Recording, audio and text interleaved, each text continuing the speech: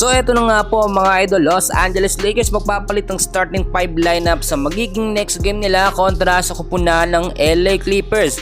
Dalawang superstar ng Lakers mga kaibigan, LeBron James at Luka Doncic, dadali ng Lakers sa finals. Nasa top 3 na ngayon sa Western Conference.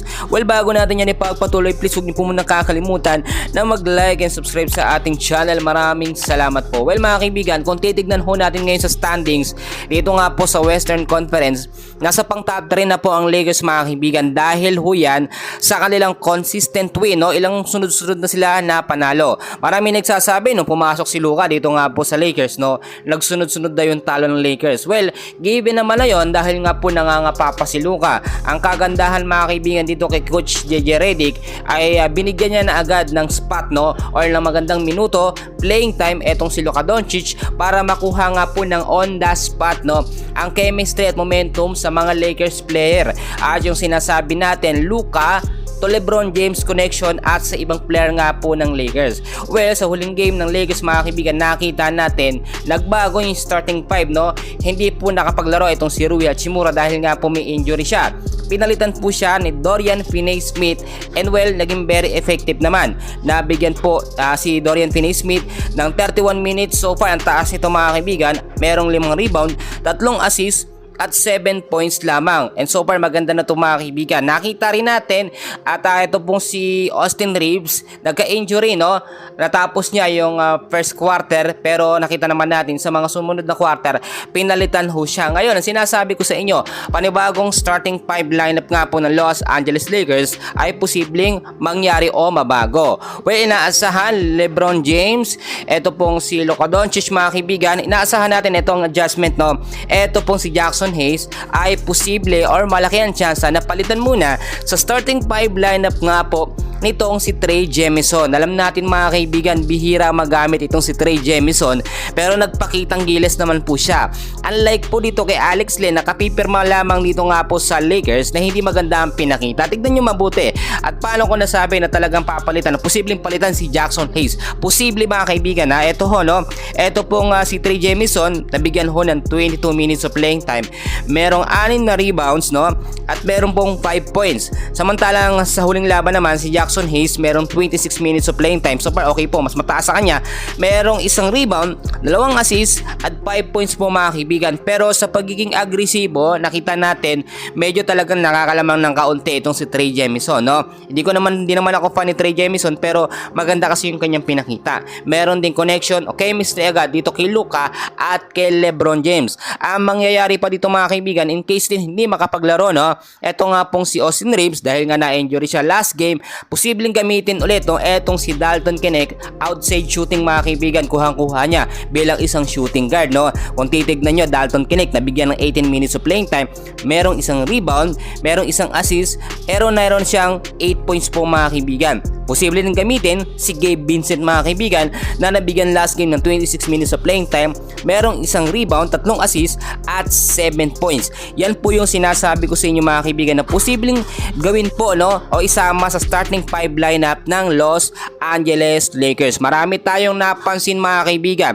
na eto nga pong dalawang superstar ng Lakers ang bumubuhat ngayon halos sa Lakers, no, si LeBron James at etong si Luka Doncic. Kung isa po sa kanila mga kaibigan ko, tanong ko lamang sa inyo to, no, ay ma-injury, sa tingin nyo sino ang posibleng pumalit, no, in case mangyari so Luka Doncic ma-injury mga kaibigan? Well, ngayon ho ay ang nakakapag-build na, no, ng another set of lineup nga po na pangmalakasan etong Los Angeles Lakers. Napansin naman natin Trey Jemison ginagamit na Dalton Knecht, Austin Reeves mga kaibigan, pwede yung pumalit kay Luka, no, kasabahan niya o kasama niya ito nga pong si LeBron James. Kapag si LeBron James naman mga kaibigan ang na-injury ay si Luka Doncic po mga kaibigan ang humahawak at nagdadala po sa Lakers dahil siya ang posibleng maging bagong mukha nga po ng Lakers in case na magretiro na nga po itong si LeBron James. Marami din nagkukumpara ngayon, nagbabash kay Luka mga kaibigan.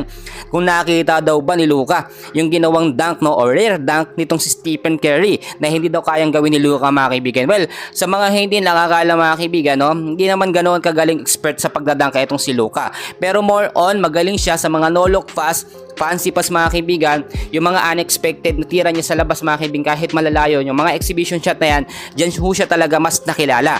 Pero etong si Luka Doncic, gumagawa yun ng mga rare dunks kapag kinakailangan or depende ho sa sitwasyon. Hindi para magpasikat mga kaibigan, pero para makapagtala ng magandang puntos at stats sa kanyang bagong kupunan na Los Angeles Lakers. So hindi natin pwedeng kumpara si Luka, Stephen Curry mga kaibigan, magkaiba po sila. Inaasahan din mga kaibigan na mga susunod nga po na game ay magiging consistent po ang panalo ng Lakers. Dahil kung titignan ninyo, yung dating binabash ng mga bashers ng Lakers na small ball lineup nga po na sinasabi nila ay hindi daw makakapasok sa finals o hindi man lang daw papasok sa top 5 sa standings. Ngayon nasa pang top 3 na ang Lakers mga kaibigan.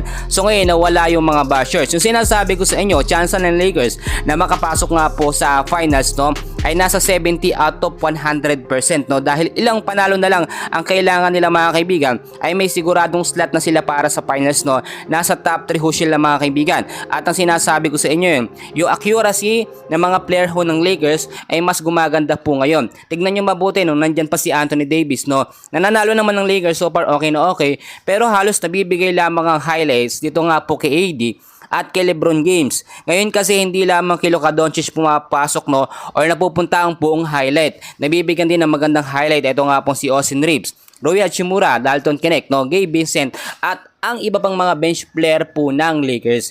Marami yung nagbabash kahit nga po dito kay JJ Redick dahil hindi ito ginagamit yung mga bench player ng Lakers. Pero ngayon nakita naman natin halos lahat po sila ay binibigyan ng maayos na minuto nitong si JJ Redick. Unless na lang kung pangit ang pinakita ng isang player, tsapera ka muna dyan. Tulad ng nangyari kay Alex Len na nabigyan ng ilang minuto din doon sa kanyang naging unang game sa Lakers, pero walang naitalang puntos mga kaibigan. Napakababa din ng rebounds.